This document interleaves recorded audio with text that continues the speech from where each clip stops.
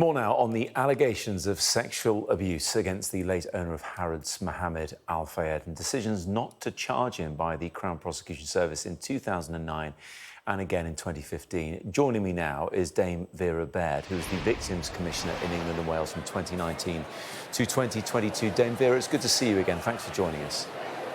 Thank you. The last time you and I spoke was after you published your damning report into Greater Manchester Police and their handling of women and girls in custody. Here we are again, different circumstances, different era, but women and girls seemingly being let down by the criminal justice system. What do you think? Yes, I'm afraid at that time, I think we know that the CPS were involved from 2015, 2018, 2021, or more or less the period I was the Victims Commissioner. And I mean, the CPS was frankly just a sort of den of negativity for all sexual offence allegations and for the people who made them. They had put a very high premium on their conviction rate, which means that they would only take at that time cases that had a 62%, I think it was, chance of success. It's usually 50, so they made it deliberately difficult because they wanted to only take cases they could win. They have always been valued for the proportion of cases they win. So you do 20 and you get 15, 75%, that's good. But if you only do 10, because 10 are really, really safe, and there'll only be 10 that are, then you get nine of them, and that is a super rate of conviction. And that, I'm afraid, their interests mitigated for all of that time against the interests of people who severely needed to have the help of the criminal justice system to get over the awful way that they were treated by their assailants. And now it's very clear that Mr. Al Fayed was one of those. Yes, and look, you look back at the 2009 allegation that the CPS had a look at and again say didn't meet that very high bar to bringing a charge against Mohamed al Fayed. It was brought by a 15-year-old girl. Can you imagine the bravery of her going up against him and then being dismissed as a result? That is terrible and replicated, it seems. Yes, well, I mean, that is exactly, I'm afraid, what happens. Women who come forward with complaints of this kind are underestimated and undervalued, and to some extent seen as a liability, who are likely to be volatile or emotionally not very well, largely because of the way they've been treated, and they say so. But it kind of rebounds on them in what was then an immensely defensive Crown Prosecution Service. They will also say, and they have today, I think, that the police didn't investigate very well, but there is a whole hinterland. The police send things to them. They get early legal advice.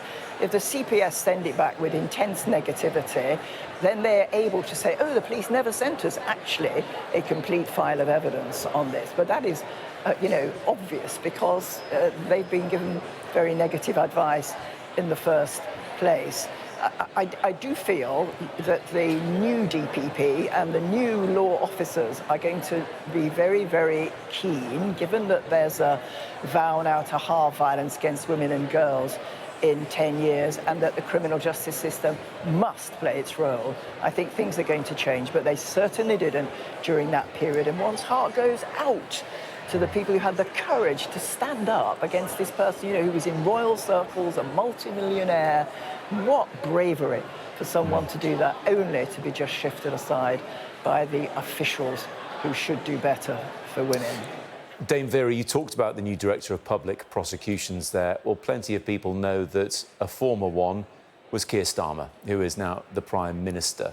When he presided over this, did he get it wrong?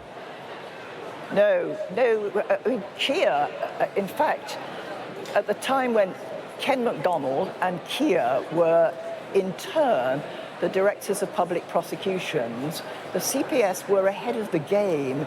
They were doing their best, and for instance, the CPS was the first ever government organisation to have a violence against women and girls strategy.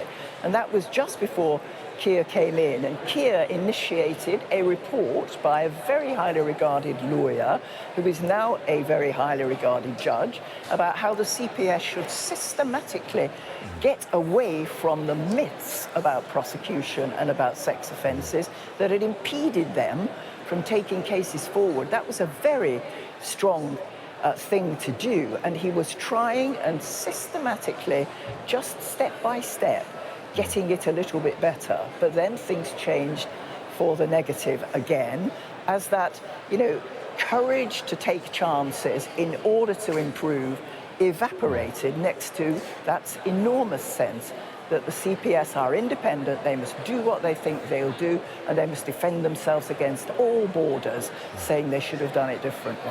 That's the way it regressed after that.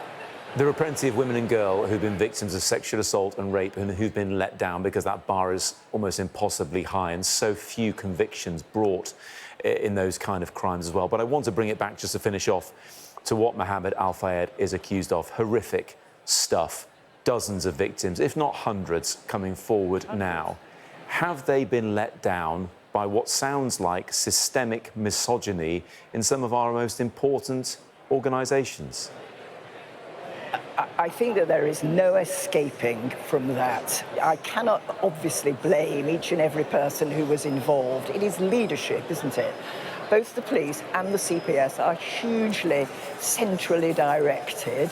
The CPS in particular is run almost completely from its central office. There are good people in offices there who want to improve in this way, but they have been stifled by this rule that it needs to be 60%. And I don't even know whether that rule has disappeared. There is no doubt people have been left behind. Look at the opportunities now.